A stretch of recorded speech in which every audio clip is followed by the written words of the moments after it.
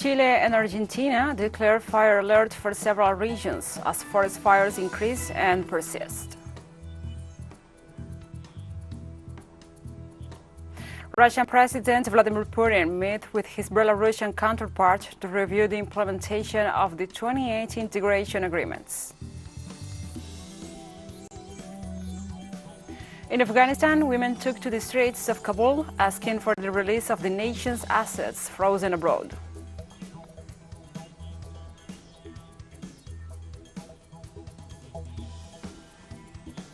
From the headquarters of TeleSUR English in Havana, Cuba, this is From the South. I'm your anchor, Gladys Quesada.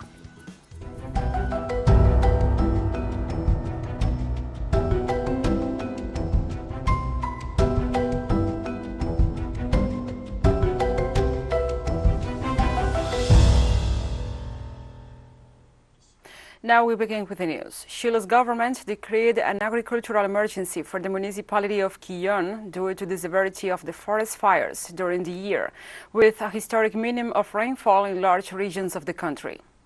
According to the National Forestry Corporation, the red alert persists for the municipality located in the central region of the Chilean territory, at the same time that an active fire with low intensity and propagation is reported in the advanced front, while there are other sectors with intermittent outbreaks within the burnt area. In total, more than 2,100 hectares of natural vegetation were ignited during the last month, out of the 28,000 hectares that affected the center and south of the Indian nation. So far, the Ministry of Agriculture has decreed an agro-environmental emergency due to water deficit in 226 communes of the country across 9 regions, while there are other declarations of agricultural emergency because of the production interruptions caused by bad weather and pests, to which Quillón will be added as a result of the fires.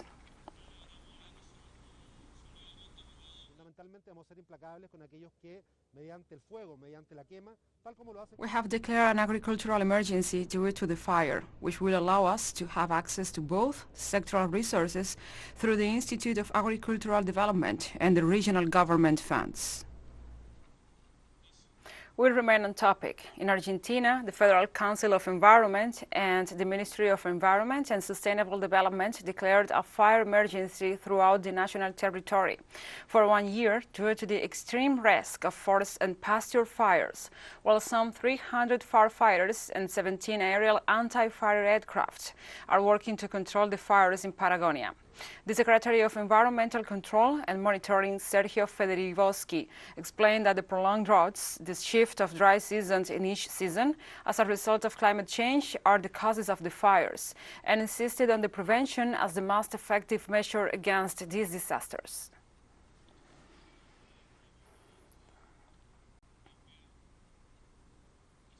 Floods in Brazil leave at least 21 people dead, 400,000 affected, and some 65,000 displaced. The heavy rains recorded in the northeast of Brazil since the beginning of November have worsened since Thursday, when a dam located in the city of Vitória da Reconquista collapsed due to the rise of rivers. To date, 2 dams have been destroyed, and according to data provided by Civil Defense, there are 21 dead, 358 injured, and 116 municipalities affected. The last 3 fatalities have been registered in the last hours: a 60-year-old man who drowned on Sunday, a 33-year-old woman whose house collapsed early Sunday morning, and a 21-year-old man who was missing and whose body was found on Monday on the bank of the river.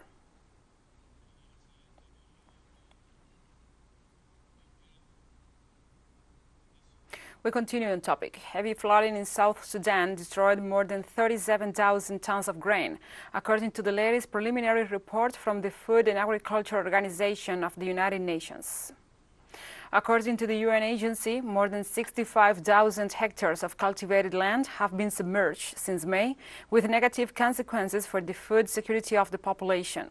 The report noted that more than 835,000 people have been affected by the floods in 8 of the country's 10 states, with Jonglei, Unity, and the Upper Nile being the worst hit. The report also said that some 795,558 head of livestock died due to this year's flood.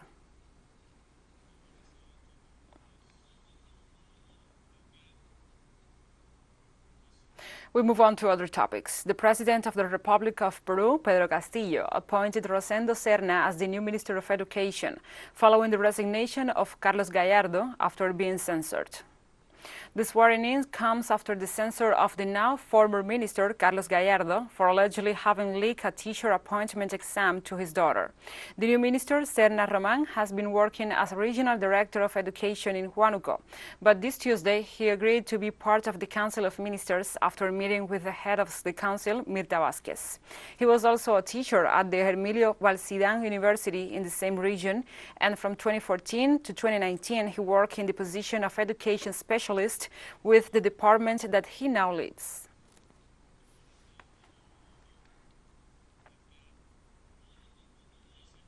The National Electoral Council of Honduras confirms this Tuesday that the Freedom and Refoundation Party accumulates the majority of the seats in the National Congress. The results provided by the governmental institution on the elections of last November 28th correspond to the parliamentary and municipal levels, 8 days after the ratification of Xiomara Castro as the president-elect of the country. According to reports from the electoral body, the Free Party obtains 50 deputies in the hemicycle, the National Party 44, the Liberal Party 22, the Salvador de Honduras, the PSH, one of the allied opposition forces, 10, and the 2 remaining seats correspond to the Anti-Corruption Party and Christian Democracy.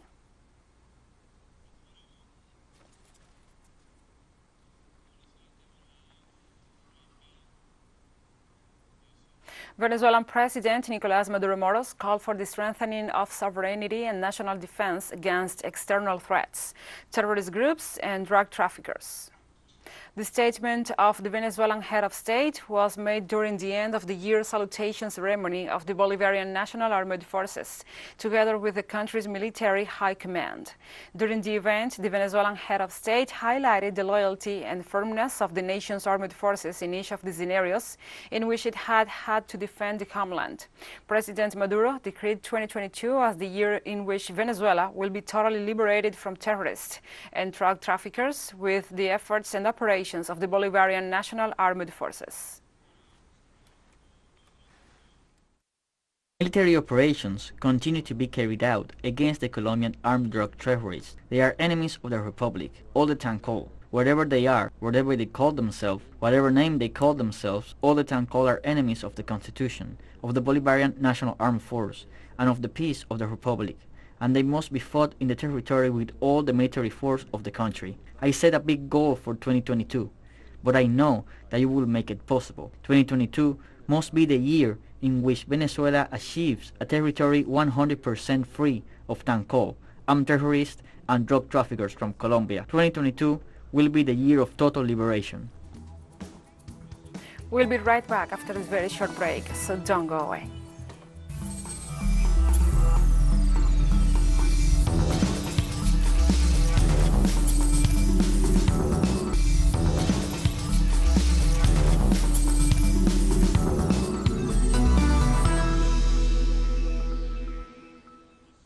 Welcome back. The presidents of Russia, Vladimir Putin, and Belarus, Alexander Lukashenko, will meet this Wednesday to review the implementation of the 28 integration agreements signed in November. This will be the 6th meeting between the two leaders during 2021, where they will review the implementation of 28 integration agreements signed last November during their last meeting. These agreements aim to deepen the interaction between Moscow and Minsk in the areas of taxation, customs, and common energy markets. They will also work to establish common policies in the financial, industrial, and agricultural spheres. The two countries have been advocating for the creation of a state union since 1996, but only 3 years ago did they make the progress on these agreements, which the government considered mutually beneficial.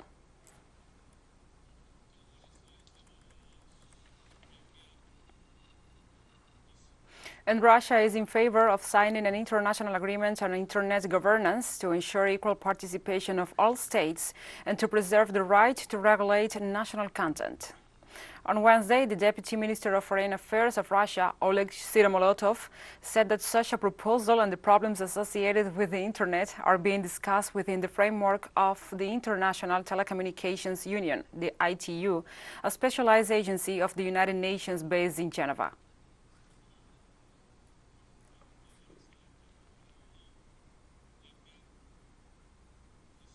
And China's government stated on Wednesday that it will maintain its stance on Taiwan's matters through 2022 and warned that it will take stronger measures to crush separatist attempts and reject interference in the country's internal affairs. China's Taiwan Affairs Bureau spokesperson Ma Jianwen warned on Wednesday that Beijing will take drastic measures if the island moves towards independence. Ma said that it is possible that foreign intervention and secessionist provocations will become more acute and intense in the coming months. The official also stressed that efforts to seek new forms of integrated development across the strait will continue.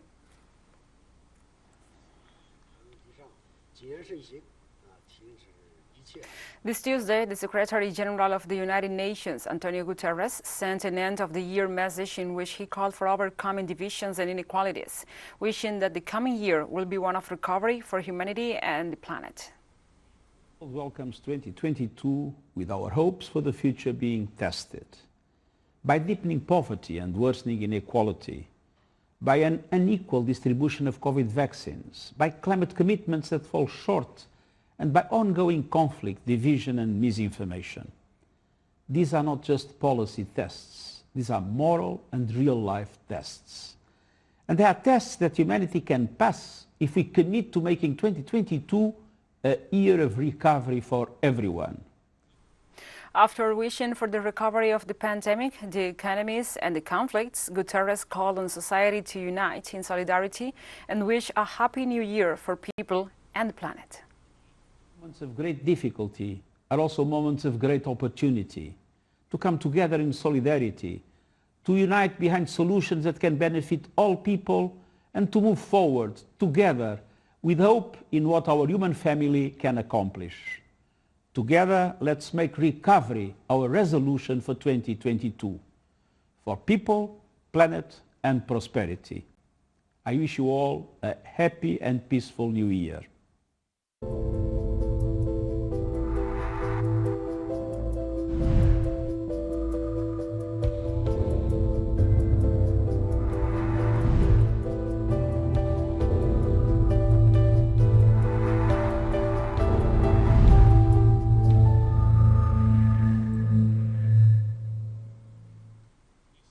Now we address other topics. This Wednesday, Spain reported more than 99,000 new infections due to COVID-19. However, authorities are considering reducing quarantine time for patients with mild symptoms. This new number of infections exceeds the figure of 6 million people since the beginning of the pandemic. For her part, the Minister of Finance and Public Function, María Jesús Montero, stated that quarantine times could be reduced to 5 days if the disease is mild. Montero asserted that the idea will be carried out on the updating and evolution of the pandemic as long as the decision was based on clinical evidence.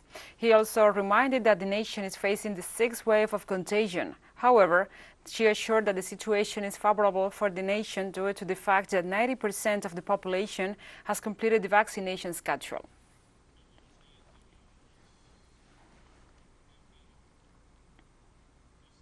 Athenians queued outside COVID-19 testing centers on Wednesday as surge of coronavirus infections takes hold in Greece. Daily number of cases more than doubled in a day to set a new record. Health authorities registered more than 1,000 new infections in the last 24 hours. The health minister said the rapid spread of the Omicron variant was clearly responsible for the surge in cases, adding the new restrictions scheduled to start on January 3rd will be launched earlier following the jump in infections. They include the mandatory use of high protection masks at supermarkets, public transport, midnight closure for entertainment venues, and strict capacity limits at soccer stadiums, as well as schedule changes and work from home orders for government workers.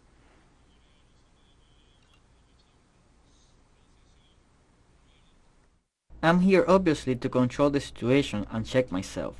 So we are getting rapid tests to know where we stand. If we are sick, if we are infected, then we are contagious. Yesterday's numbers were big. More tests and more cases, it looks like it's getting out of our hands. That's it. The Chinese government continues to strengthen COVID-19 measures following the outbreak in Xi'an City, which has been confined for a week.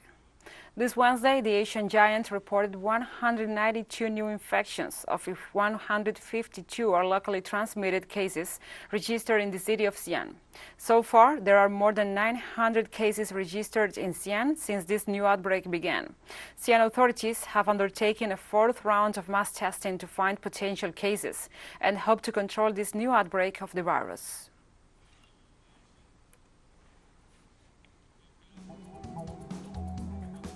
And we have more stories coming up after this final short break, so stay with us.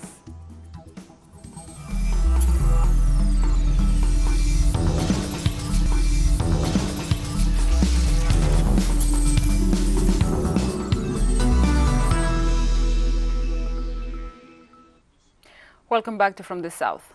Thousands of women took to the streets of Kabul on Wednesday, pleading for the release of Afghanistan assets frozen in the aftermath of the Taliban takeover. The protesters marched through the capital carrying signs and shouting slogans as they called for aid to help tackle the country's troubled economy and the situation. International funding to Afghanistan has been suspended and billions of dollars of the country's assets abroad, mostly in the United States, were frozen after the Taliban took control of the country in mid-August. The lack of funding has battered Afghanistan's already troubled economy, leading to increasing poverty, while aid groups warned of a looming humanitarian catastrophe. Without greater access to foreign money, the Afghan economy is likely to contract by about 30% this year, furthering the humanitarian crisis. We ask the United States of America to release our assets. Our families, our children live in poverty and misery. We ask the media to broadcast our voices to be heard so they, the U.S., release our assets and we get rid of poverty and misery. Indonesian authorities on Wednesday authorized the landing of about 120 displaced Rohingya, who are on ship at the risk of sinking off the northern coast of Indonesia. The boat, with a damaged engine, is leaking water and was found on December 26 near the province of Aceh, in the northeastern end of the Indonesian archipelago. According to non-governmental organizations, the authorities will allow the landing, citing humanitarian reasons in view of the risk. The Rohingya are a persecuted ethnic minority in Myanmar. In August 2017, the army launched a military campaign against the Rohingya population in the north of the Araghan state, causing the exodus of more than 725,000 refugees to neighboring Bangladesh, where they continue to be persecuted.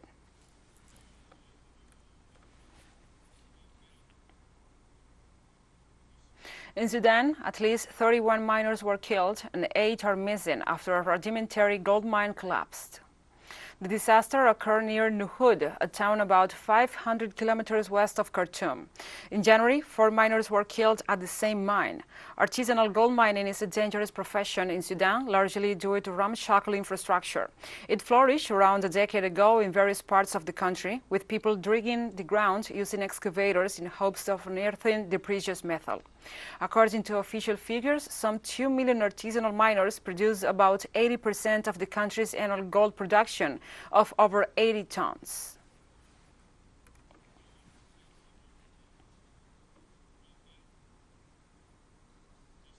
The Democratic Republic of Congo managed to put an end to a meningitis outbreak that persisted since September in a daring tour de force, or willpower, amid a time of crisis and shortages in the country due to the impact of COVID-19.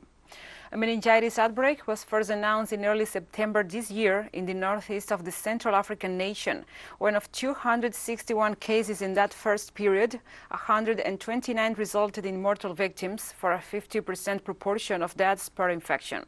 By the time the disease spreading was eradicated, as confirmed by the World Health Organization this week, a total of 2,662 cases and 205 fatalities was recorded, with a fatality rate of 7.7%, a significant reduction of the initial 50% toll.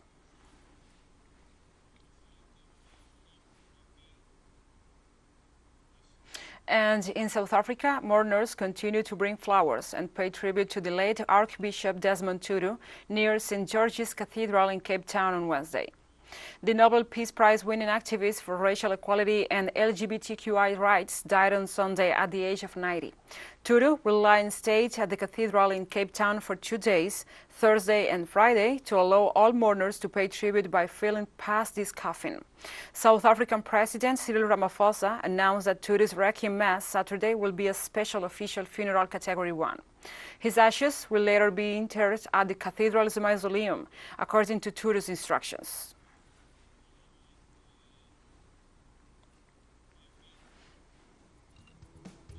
And we have come to the end of this news brief. But remember, you can find this and many other stories on our website at telesurenglish.net. And also, if you feel so inclined, please join us on social media for all the latest news.